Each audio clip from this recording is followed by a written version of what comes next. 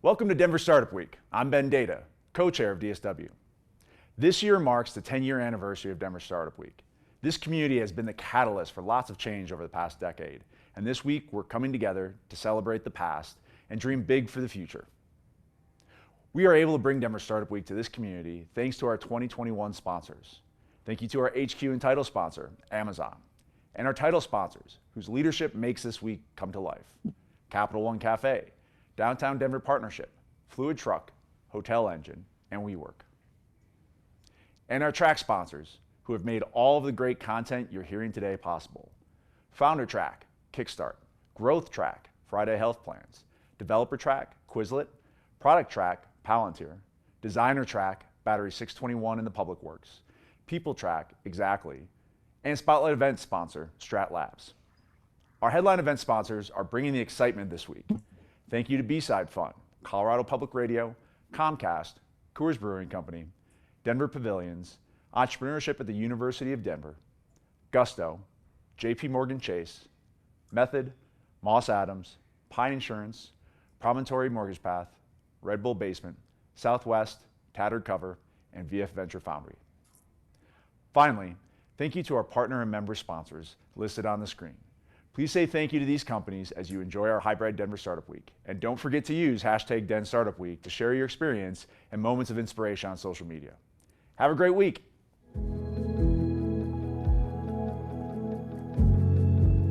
Welcome to this session of Denver Startup Week.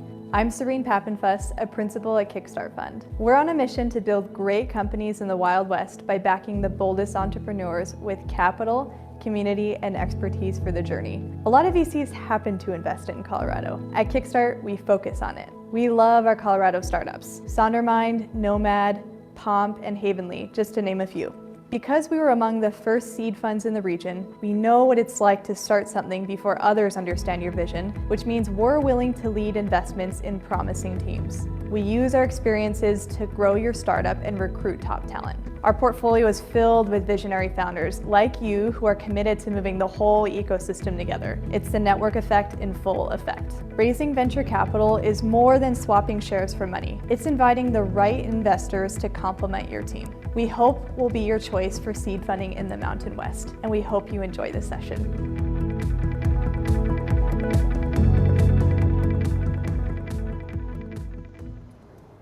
Thank you for joining us for the 10th anniversary of Denver Startup Week. At Denver Startup Week, we strive to make all of our sessions a space where attendees can connect, learn, and grow, regardless of age, gender identity, gender expression, race, ability, sexual orientation, or the combination of those identities. There's something for everyone at DSW, thanks to all of our community members who submitted their best content to make this week what it is. And thank you for joining us. Thank you to our sponsors for their support in helping us to keep DSW free and accessible for all, especially our founder track sponsor, Kickstart. With that, please enjoy this session and the entire week ahead. Great. Thank you so much for joining us today.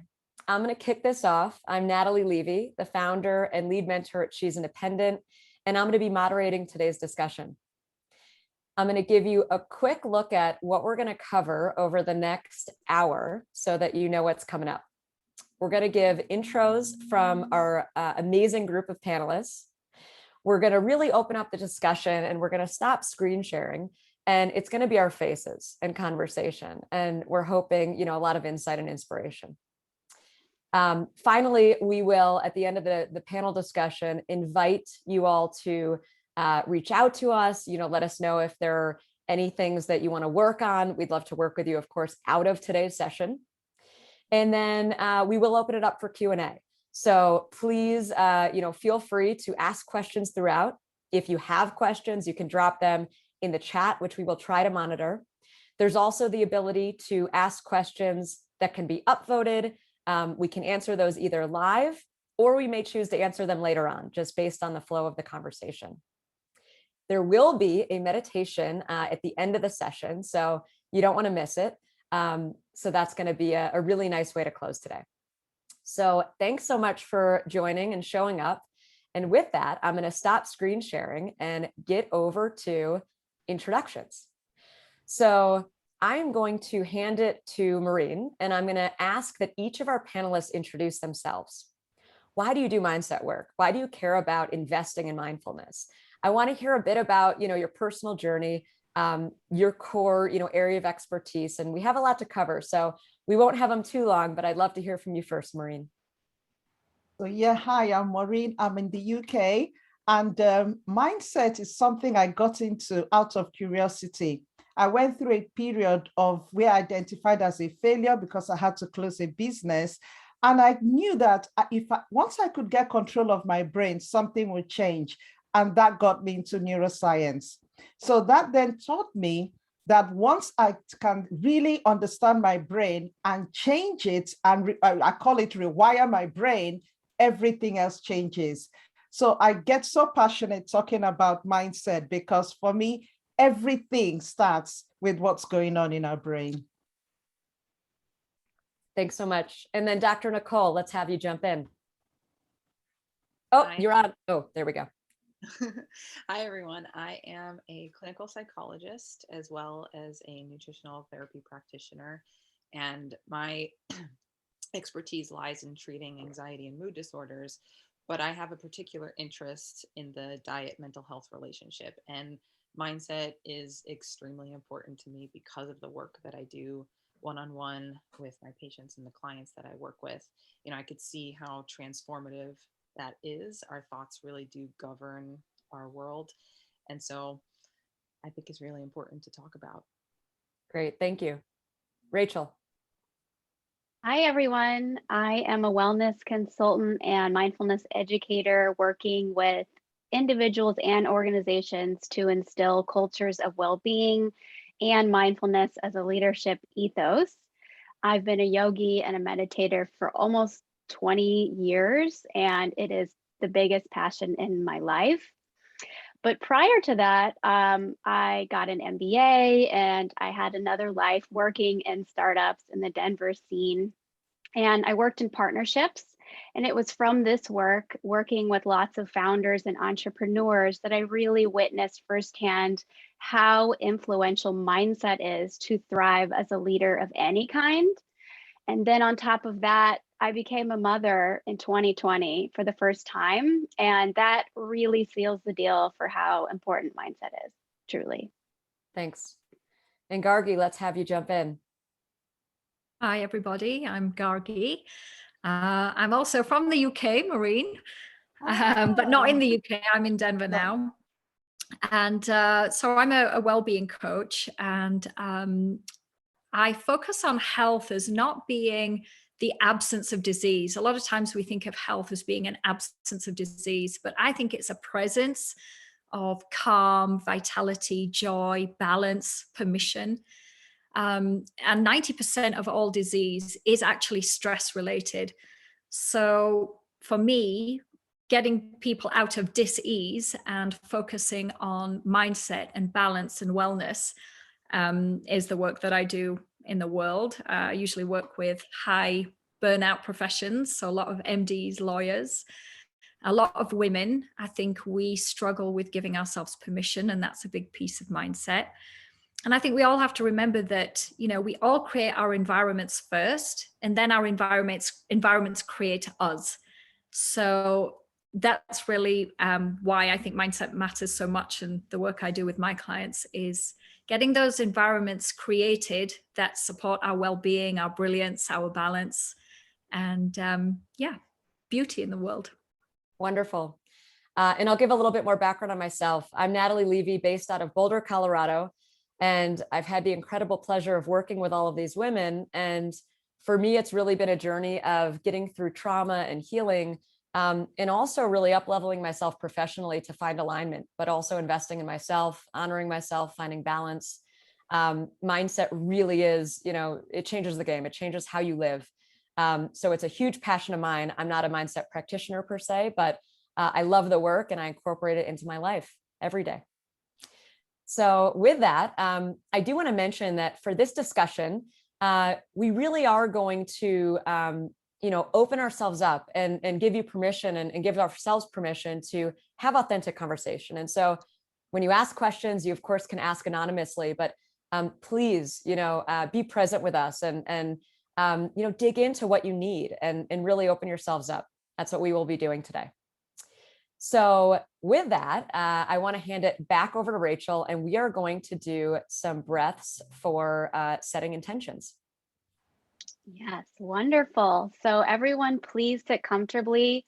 Allow your spine to be tall yet relaxed, and then settle in and close your eyes. This will just be a moment, 1 minute in time. Sink into the body. And tune into your breath. Ride its wave into the body. Sense the rise and fall. Relax your belly, your shoulders, your jaw, your mind, and begin to breathe deeper in through the nose and out through the nose. Long, slow, measured breathing, saturating the cells of the body and the mind with ease.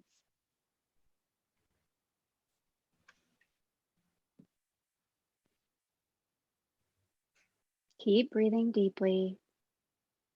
Inhale, expanding. Exhale, contracting.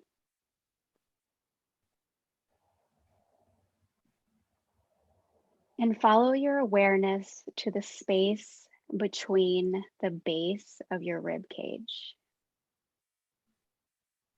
Invite in an intention for this session. Why did you come to learn about mindset? Connect to your curiosity and openness. Activate what's called a beginner's mind. And when you feel ready, opening your eyes, bringing this fresh, spacious awareness with you. Now. Great. Thanks so much for that. Mm-hmm. So we have a number of things we want to talk about. And I think the first place we're going to start is a good one, given this session is all about mindset, which is, let's define it. Let's dig into it. So I know that this session with Denver Startup Week was very much aligned to kind of founders and people that may face certain pressures. But let's talk about defining mindfulness and mindset work. So maybe let's have Nicole kick that off. If you want to dive in and share with us, how do you think about it? How do you define it? I tend to think of mindset as being pretty broad. I think most of us are probably more familiar with the growth versus fixed kind of mindset. But in terms of that and how that relates, right, it's thinking about how you are thinking about things. And so sometimes it's less about the content of what you're thinking, but it's how you are thinking, right? Certain patterns in which you are thinking. Are you adverse to challenges, or are you excited about challenges because you use that as an opportunity to learn? So your mindset also will dictate how you approach things and what your behaviors will be in certain settings, right? So in that sense, we can see a direct line in terms of how the consequences sort of fall from mindset. And in that way, I think it's even more important because it does create, this kind of cycle. I would love to know also how Rachel defines it, just in your work and what you do. I think you have a really good way of articulating it. Yeah, Rachel, let's have you jump in. Thank you. Thank you. I think everyone has a great point of view. So I think of mindset as our perspective. It's the lens through which we filter our entire world, right? There's emotions, there's beliefs, there's thoughts, there's embodiment. And so it's the way that we see everything and the meaning that we apply to it will impact how we navigate through the world. It really is everything. It's sort of, think about it as putting on goggles. It's going to inform everything and filter in and out what we see, what we don't, the actions we take, whether we get back up or not. And mindfulness is just the precision and the clarity through which we can see. It's clear seeing. So it clears off the goggles that we're putting on. And then the mindset is the goggles, it's the lens, it's our filter. I love that. Gargi, let's have you maybe jump in. Yeah, if I could just add on to what Rachel said. I love to think about mindset also as the meaning and the interpretations that we give data that comes towards us, whether it's emotions or feedback from people. Mindset's a choice. It's a decision on how you are going to choose to interpret what's being given to you. And I think just in that space of realizing, oh, I have a choice of feeling hurt by this comment or feeling empowered by this comment, or I think also mindset allows us that curiosity to open up into asking a better question perhaps, and learning how not to make everything perhaps personal, and keeping in that neutral and that detached, loving detachment kind of headspace. So I think mindset's so many things. It's an amalgamation of so many elements, but integral to health.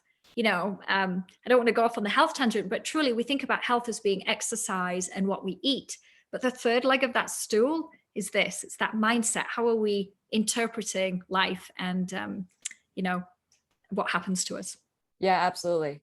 And Maureen, when you answer this one, let's think about the mindset for founders.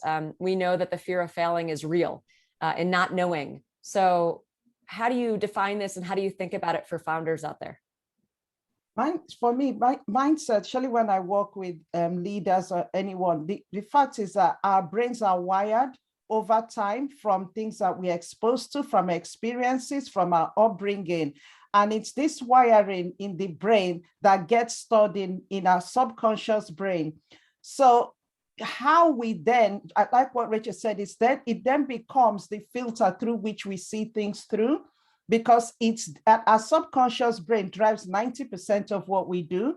So it's through this wiring in the brain that then determines how we perceive things, how we view situations, how we respond to things. And I like the word actually, mindset. It's kind of the mind being set in something. And the fact is that it's because of this that it's the wiring that kind of through repetition becomes fixed, and that's it being said. But the fact is that it can be changed. So with founders, it's the same principle that what is wired in your brain from your experiences, what is driving your behavior patterns or what you do. So it's really trying to discover that and ask the questions, what is in my brain? And all that really has come over time from all these different things that then creates our beliefs and values. And I'll just end with this saying that you see the world not as it is, but as you are. And it's exactly what is in your brain. I love that. Thanks so much. Something that actually I think a few of us have chatted about a bit is intuition, and it's kind of feeling into what is our direction? What should we be doing? How do we get aligned? Let's talk a little bit about intuition here. So maybe Rachel, if you want to dive back in on this one, I know it's something you and I have chatted about.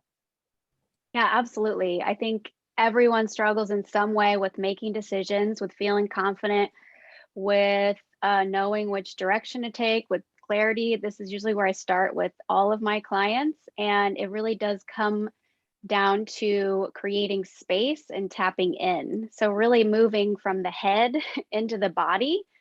And for most of us, that means we need to actually carve out space in our day and our minds and our life. So trimming down the input of information and advice and podcasts and media, all of the influences that we consume every day can muddle that ability to tap in and really hear.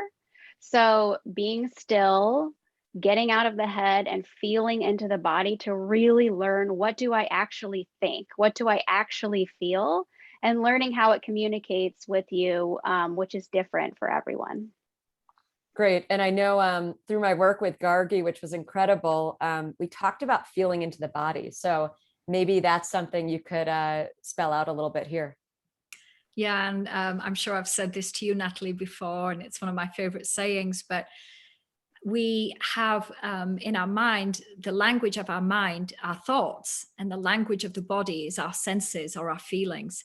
And I think we spend so much time in the language of the mind, in thought, that we underestimate, or we don't tap into the language of our body, which is our senses. And the easiest way of doing that is, what can I hear? What can I see? What can I taste? What can I smell? And what can I feel or touch? So it's the quickest way to kind of drop into a more intuitive state of being. It amplifies actually your connection to your intuition by just noticing, what is the rest of my body from here on down doing? It allows you to check in. Is this true with my heart? We often get a gut feeling. That's your intuition. So looking at what sensations you're getting and cues and information, or rather wisdom, you're getting from your heart or your gut is a really great way of kind of balancing the intelligence of the mind and the wisdom of the heart. Yeah, thanks so much. I think that feeling into the gut or the physical or senses to make the decision, it's tough, but with repetition, with practice, we start to say, oh, I'm going to listen to myself. It's something that I know I'm working on, and it's an incredible skill. So we talked a little bit about, I guess, the type of mindset, fixed, growth. I think there's a lot of people talking about growth mindset these days, but let's dig a little bit more into that. How do you ultimately make change? How do you grow through something tough? I have my own thoughts here, but I want to, hand this off to the panelists. So I think it's such a good topic and such an important one. Nicole, let's have you kick it off. Yeah, so I would say I would like to maybe start with how behavior actually influences this, because you can do this from a couple of different angles, right? You can really go hard on your thought processes and sort of understand the awareness and the patterns that exist there and learn to change those things. Another perspective is engaging in different kinds of behaviors that challenge your own thought process. And that will also significantly help you, because what that does, it will provide you with real-time evidence that maybe how you're thinking about something is not logical or irrational or exaggerated. And that's a lot of the work that I do with my own patients. I do a lot of kind of hardcore behavioral therapy, and without sometimes even touching a lot of their own thoughts, engagement in different behaviors and exercises allows for thought processes to change, in addition to also doing, some thought work as well. So I think that's also important to talk about, because there's other ways to access changing your mindset. So that's one thing I think Yeah. No, I think that's really interesting. Maureen, do you want to jump in on this one? Yeah, I like what Nicole said, because when you have a thought, it's that thought that then creates the behavior or creates the action you take, and repeating that over a period of time then becomes your behavior. So, and it goes kind of in a circle, round. So if you kind of start with your thoughts, or start with the behavior will influence the thought, or start with your thoughts and just reframe it. And one of the things that is so important, especially when I'm working with clients, is think about what you're thinking, because that's the only way you can know what is in your subconscious, what is wired there, and then bringing it to your conscious brain to enable you then say, okay, I need to reframe this. This is what I want to do, and this is the action I want to take. And with the mindset, because it's something that's been wired over a period of time, to be able to change that, you need to create new wiring. And it's repetition that actually brings about the new behavior, new action that you want to take. So repeating it consistently till it becomes effortless is the key. So it's starting it and just continuing till you actually then achieve this new goal that you want to achieve, or new thought process. Sure. I loved that. And I have to say, I had debilitating anxiety for a while. And just reflecting on even these last few weeks of how much work I had this week, multiple speaking engagements, and I never got nervous. I was excited. I was never anxious. And I loved that thought, or maybe it's a rewiring of, anxiety or the fear and also being excited are so similar in your body, but you can reframe the conversation. It's such a great one. We can move on to the next one, or Rachel, did you want to weigh in on this one further? I guess just riding the thought train is just following that into what thoughts create, which are emotions, really the biochemicals that you can feel flooding your body, which really, really drive our behavior or our non-behavior. And so for me, really instilling awareness, mindfulness, practice is what really helps us in those moments where we're triggered, where we're activated, which can happen so easily, to pause, like even just creating a momentary pause so that we can respond or not rather than react. I think that's one of the true foundations of creating change, is instilling space in those emotional places of reactivity. Oh, absolutely. Having the awareness and knowing, well, where do I need the work? What do I need to prioritize? When do I need to not just pause, but really, kind of reset? And I love these tools, right? And these practices that we can start building into our lives. But absolutely that self-awareness and making things conscious. Thanks all for weighing in on that one. I think something that a lot of times founders or women identifying, go through is, how do we develop the confidence? How do we get through things like imposter syndrome? How do we develop the self-compassion needed for a really resilient, healthy perspective and mindset? So let's maybe dig into this one. And I think it's something that all of us have kind of chatted about. Nicole, do you want to kick this one off? Yeah, I first want to, I think it's important to maybe normalize a little bit of how difficult that is. And also just like imposter syndrome and having those kinds of feelings, that will come with new territory, right? So if you have a lack of experience or you're doing something new, something that's going to stretch you, it's typical, right? And I would say very normal, right, to experience a level of anxiety where you might be having some self-doubts. But with mindset work, right, and with a level of awareness, if you can know that that is what's happening in response to something that is new, right, and challenging you, you don't have to let those thoughts then drive you into another direction, right, or lead you far down into the path of self-doubt and believing those kinds of thoughts. And that's where mindset work can be so integral in those moments, right, when you're having difficult thoughts, but you're able to navigate those in a way where it doesn't have to define you.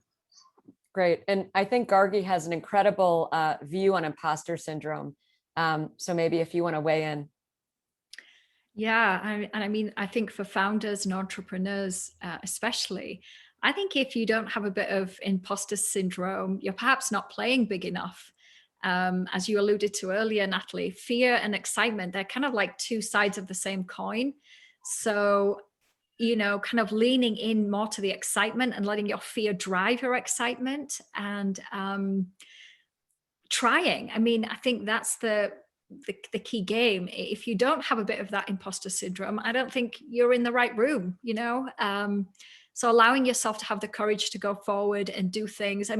Weaknesses are often just our strengths in embryonic form. And if we can look at it that way and maybe change the perspective and change the goggles or change the lens, as Rachel had said earlier, we can see things differently. So imposter syndrome can come from feeling we're not enough sometimes. And I think we have to change that rhetoric and have that belief to say, I'm going to try, because, going after progress rather than perfectionism is, I think, a key mindset for founders. I love that. And I definitely can tell you that through my mindset work and uncovering and making things conscious, Things that used to scare me are now my superpowers. So it's a really incredible thing. Rachel, I think this was also one you wanted to jump in on, so please. Yeah, I mean, I completely agree. I really view feeling honestly like a downright fraud as a sign that you're on the right path. Because think about the alternative is that I'm an expert, I know everything, I'm completely in my comfort zone, things become stale really fast. So if you aren't leaning into that edge of feeling like an imposter and know that people at the top of every game of every industry has said, yeah, I felt like an imposter and I still do, that's what keeps them good and interested and engaged. And so learning, thinking of mindset to link that feeling, I feel like a fraud, I feel like an imposter with, I'm for sure on that right, I'm in the right path. I'm definitely in the arena. I'm stepping into it. And that's where confidence comes from. It doesn't really come from mastery. It comes from stepping right through the fear, through your growth edge and showing up in a way that feels like integral to who you are. That's what, and doing that over and over again, really showing up for yourself, you will become confident and very humble. They really go together, a humble confidence, and you're in the arena. Yeah. And by the way, I think navigating the unknown and growth through discomfort are things that have driven me and allowed me to grow in completely new ways, personally and professionally. And I'm a huge fan of this area. Stephanie mentioned over the chat, I try to practice yet. I don't know that yet. I don't have that perfected yet. Always trying to stay forward, stay on forward progress, even if you have not arrived yet. I think that's a great thought. Thanks for weighing in. Let's talk about success, right? I think it's important, and we talked about the importance of having this kind of flexible definition of success. I want to also make the mention that money does not mean you're going to be happy or fulfilled, and I try very hard with my She's Independent business to make sure that it's bigger than that, right? It's mindset, it's health, it's confidence in yourself. But let's dig a little bit into, success and those blocks. Nicole, if you want to jump back in again. Oh boy. Okay.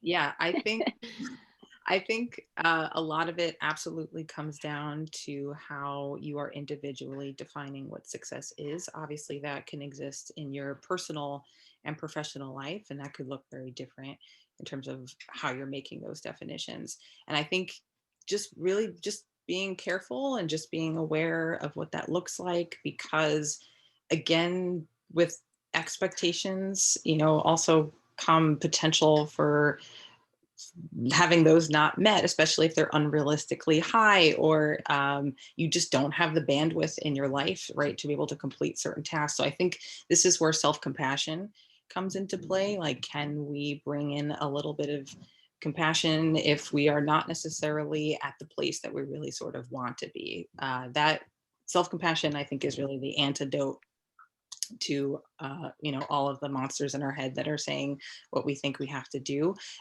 because there can be a lot of roadblocks in order to get to that place of success and how we're defining it. But I think we just have to be careful about the ways in which we are defining those things, and to also, I think, honor that sometimes we need more support, and sometimes we're just in a phase of life where we can't necessarily get to that place just where we want to yet.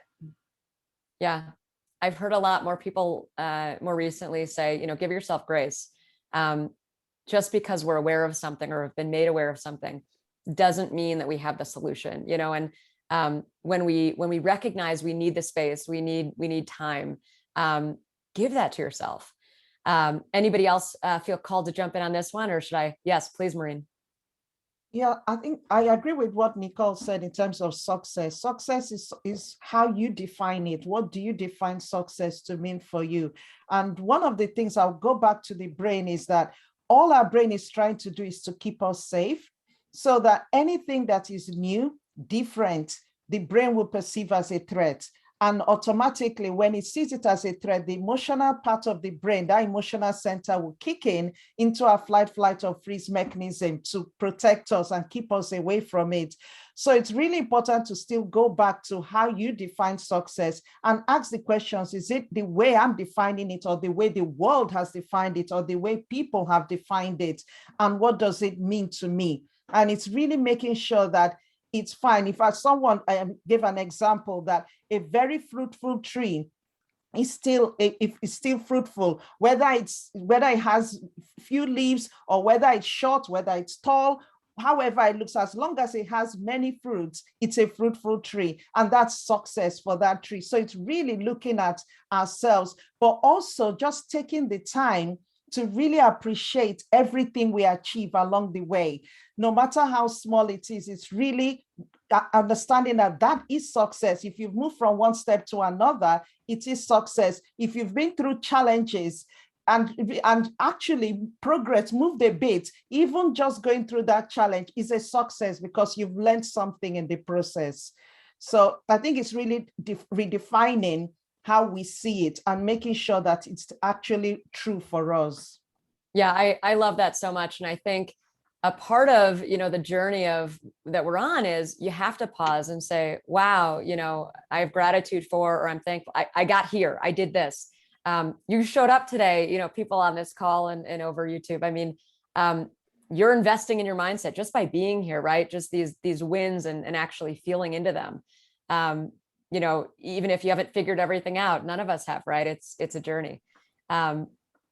And it looks like we have a comment in the chat. I love how Maureen brings forward the idea the brain is trying to keep us safe. And perhaps fear is helpful as a check-in moment. Wonderful, wonderful thought. So I know something that we've all chatted about and a lot of us struggle with is saying no and boundaries, right? And sometimes it's not creating the boundary, even though that's tough. It's executing or exercising. It's reestablishing, the boundary. So let's spend some time talking about this. And just because I think everybody should be thinking about it, not just, if you're already in your head about it, in this work from home or remote work environment, how much access to technology do you have? Do you take any time away from the screen to eat? What's healthy? Headspace, there are so many ways that this is applicable to everyone, I think, these days. But relationships, so many places in our life. So Gargi, let's have you jump in on this one, on boundaries. Yeah, I mean, I think for boundaries, for me personally and with clients, having filtering questions, how do we discern what we want to say yes to and what we want to say no to? Because I think a lot of women, we are people pleasers. We tend to have that affliction quite often. And so we jump in to help somebody, to assist them. And perhaps it's not ours to do. So one of my favorite filtering questions is this mine? Is this really mine to take on? Is this mine to do? Is this mine to take responsibility for? And having that question really helps decipher the best answer for you, because when you're saying yes to somebody else, you're often saying no to something of your own or something that matters. Another good one is at what cost? So if you're going to say yes to something, at what cost? What is going to be given up in return for doing the yes for somebody else? So that's another great way of finding out whether your yes is an authentic yes, or it's a yes because you think somebody expects it of you. You're saying yes because you want to please somebody. And my final one is reflecting internally on what would my professional self do here and what would my amateur self choose in this moment. We all have a professional self, the one that we're kind of leaning into or becoming, but a lot of us tend to come from our amateur minds and our more less confident selves. We'll often make decisions based on a sense of lessness than more. So asking what would my professional self do rather than my amateur self often will help us make a better and sort of a more amplified and bold answer than not. I love that. And I think when you use words like authenticity, I'm going to take that back and kind of remind everyone here to feel into and to develop that intuition and understand how to even make decisions, right? Before I set a boundary and feel good about it, am I going on the right path? Am I asking for the right thing? And so even using some of the skills we kind of earlier, touched on. Rachel, I know this is a topic that you care deeply about. If you want to dive in. I love boundaries so much. And the place that I always start with boundaries is technology. And we are using it today. So it's a beautiful, beautiful tool. But if we aren't consciously using technology, then technology is using us. And we all have various forms of addiction, right? Myself included. And so I find that the more and more I discipline myself around the use of all technology, to really carve out space in my mind so that I can actually see what is happening. Because the thing is, I can contemplate a boundary, like I'm not willing to engage in certain types of behavior or with certain types of people. But if I'm on my phone all day long and my energy is scattered and I'm in a space of reactivity, then that boundary will not be upheld. And that's really the hardest part of boundary work, is upholding boundaries with other humans and perhaps letting them down and disappointing them and saying no when we've always said yes before. It's really uncomfortable at first. Then it becomes a very empowering place to stand, but an easier place to start because it doesn't involve other people's feelings and discomfort in that way is technology, because it's really where we can create the space for awareness, for mindset shifts, and to cultivate those questions, to ask yourself those questions that Gargi posed, is to really create space at the beginning of the day, at the end of the day, throughout the day, to not live in our inbox or our chats, to remove the distractions of alerts, and just be very mindful and honest with yourself about how and when and why we're engaging with technology. Yeah, I have to jump in with a few thoughts. One is Rachel's Instagram. I love how she immerses herself in nature, and I take off my shoes sometimes and I walk through the park with my dog and I'm like, I hope I'm not stepping in poop, but either way, feels really good. Yes. But getting out on the trails, there's a reason I moved to Colorado. I mean, it really to allow yourself that getting away from tech. I mean, it really is incredible. And then the other thing is, I love that you mentioned energy. And I know we didn't really carve out topics or time for it today, but that boundary, and I know Gargi is going to have a meditation a bit on this, but what is happening with your energy? If I deplete myself, I'm going to get sick. Where am I exerting myself? What am I choosing to, send my energy to? If people aren't giving me anything or it's negative energy, I need to be careful with that. So it's something that really is important in terms of creating the boundaries in the space and really honoring myself. I think, a quick note maybe on the rebalance, which is, how are you energizing yourself? How are you, getting back to, filling your cup? We didn't really get into skills and modalities, and this is huge. Before the session, I was showing Gargi, these are the mala beads I made with her to retreat. But having these practices that really allow us to ground and nourish and reset, it's incredible. But let's talk a little bit about maybe that rebalance. Anybody want to dive in with something that they want to share or feel called to say there? I'll just jump in and say that it really comes back to valuing yourself. And, one of the things that I really tell my clients is just start just by saying, I love myself. I love myself. I value my time and I value myself. And starting off from that perspective, what you're doing is talking to your brain as well. And your subconscious brain is hearing it. So that when people then come with their own demands or situations, you're able to reset back to how does this benefit me? Do I really want to do this? So it comes back, it's being intentional about what you're doing, but also having a clear goal of what you want for yourself and where you're going, so that when someone makes a request or something happens, you're able to really value it against your values, your goals, and then make the decision, it's a no. And yes, the person might be upset, but this is what I choose to do. And it's bringing it back to what you want, what you choose to give, what you choose to keep, but also looking after ourselves, taking that time out to just pamper ourselves, be grateful to ourselves, treat ourselves, just do things that nourishes us and makes us feel good. Yeah. What a great way to put it. I think at this point, I'm going to ask that everybody jumps in with, a little invitation to the group. We will send a follow-up email where it'll have everyone's emails and, ways to work with us. But quick invitation, my invitation is dive in and try different things. Find out what works for you. Mental health awareness. I couldn't be more passionate about it. Figuring out, how to invest in yourself. Try it. We have a mindset course at She's Independent where we walk through different, things. We have a mindset app as well that we're excited about for checking in, but just invest in, what you need and figure it out, because when you find your path, it really allows you to live in a much more healthy and much more fulfilled way. So feel free, Gargi, you want to jump in and share some thoughts? Yeah, I mean, I think everything we've spoken about today alludes to the fact and proves the fact that time is truly a non-renewable resource for all of us. I came across this amazing fact that if we assume that we live to be 80, we only have 4,000 weeks. That isn't a lot of time. And depending on your age, you may have blown through half of that already, like me. So my invitation to you would be, what's one thing that you can let go of at this beautiful time of fall, especially?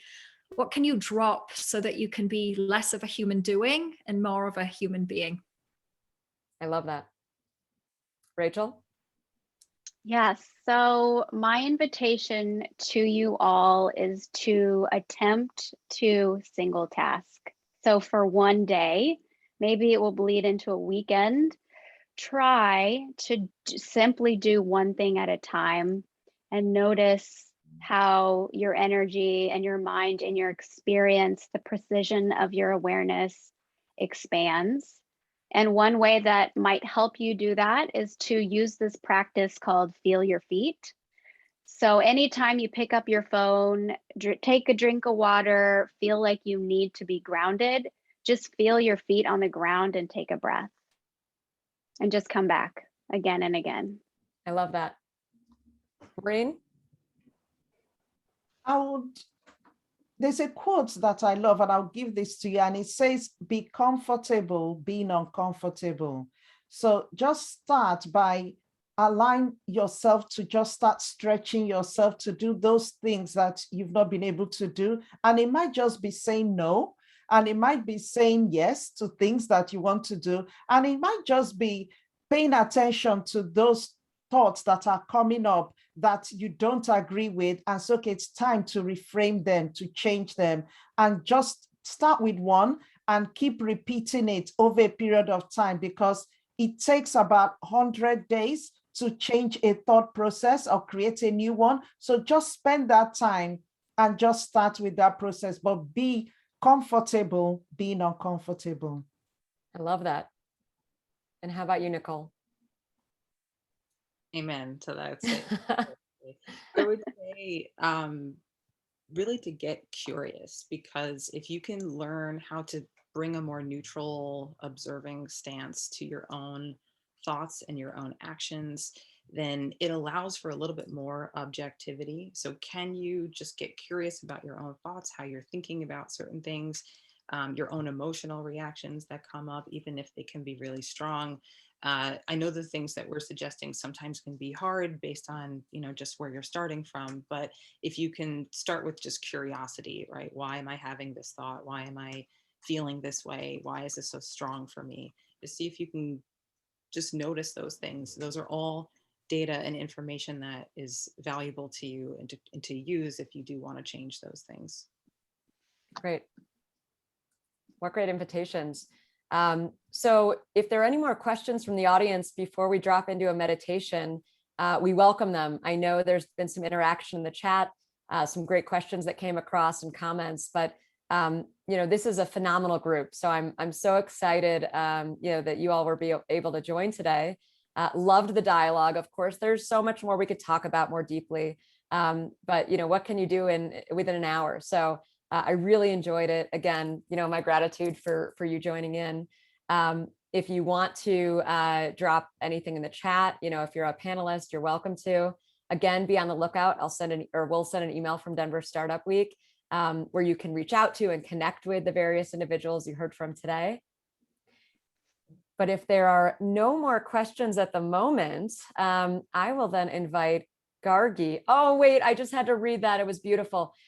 Lisa says, this has been the best part of my day. Thank you. Oh, that's wonderful. Thank you. Do you feel the energy, all of you? Energy can actually happen over tech, even though I really love in person and it's so important to shut down the tech. Energy exchange can definitely happen here as well. Hooray for the follow-up email. Love that, Stephanie. Thanks so much for weighing in. So with that, Gargi, if you want to lead us in a meditation practice, I'm very excited for it. Okay, my pleasure. So if I can invite everybody to close your eyes and get comfortable, just sit in a posture that makes you feel at ease. And if you like, place your palms faced upwards on the tops of your knees if you're sitting. So we're going to take a nice long inhale slowly through the nose and pull the breath up the body as if you're drawing it from your feet to the top of your head. Hold the breath there at the top of the head and then exhale from your mouth, sigh-like breath. Inhaling again, drawing the breath through the feet, up your shoulders, towards your head. Hold the breath and exhaling from the mouth, just releasing, dropping the thoughts, letting go. This time as you inhale from your feet, draw your shoulders up towards your ears. Hold the breath. And then from the mouth, slowly drop the shoulders down. Feel your shoulders readjusting to where they really probably should be, a bit lower. And one last inhale up the body, pulling those shoulders towards the ears. Holding the breath. Full release through the mouth. Let out any tension. Let it all leave with your exhale. And allow your breath to find its own slower, steadier rhythm and pace. So with your eyes closed and your body relaxed, let your eyes trace a circle around your body. Let your gaze start from the top of your head and trace a circle as best as you can around your being. It doesn't have to be perfect. It can be a bit amoeba-like. Just notice the shape of your unique casing and that it's framed with a glowing ethereal white light. With every exhale, let the boundary of your circle grow and expand, kind of like blowing up a balloon. So every exhale you're taking, you're letting this circle grow and expand, take a fuller shape until you have a large sphere of space just for you. Inside here is the purest, cleanest air, the most optimal environment for your restoration.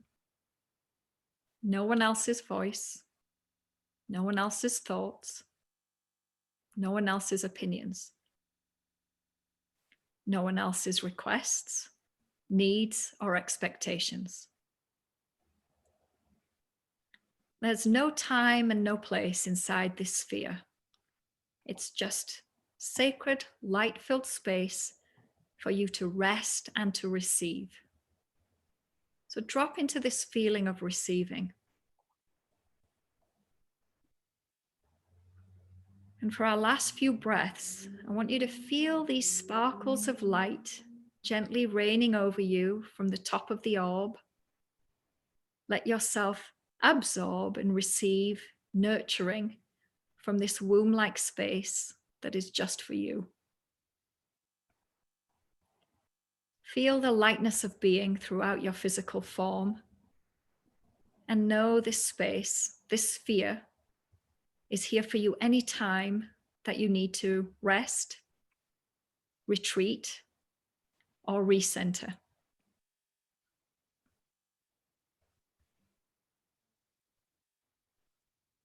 Last few deep belly breaths, gentle inhales and exhales,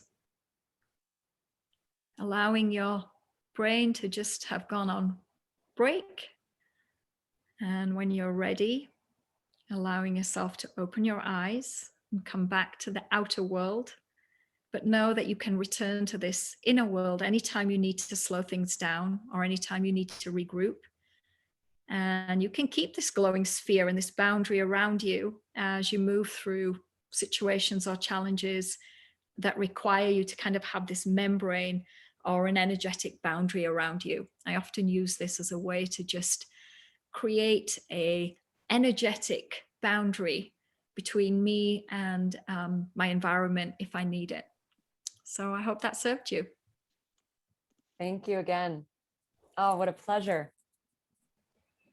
Well, this was an incredible group, such good dialogue, such important conversation. So thank you all for, tuning in, and we hope to hear from you out of today. And you're getting some more thanks in the chat. Thank you again, all.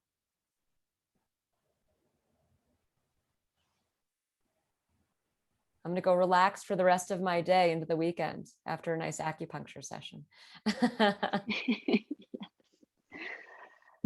Thanks, everyone. Have a wonderful weekend. Thank you. you. Bye, everybody. Bye. Bye.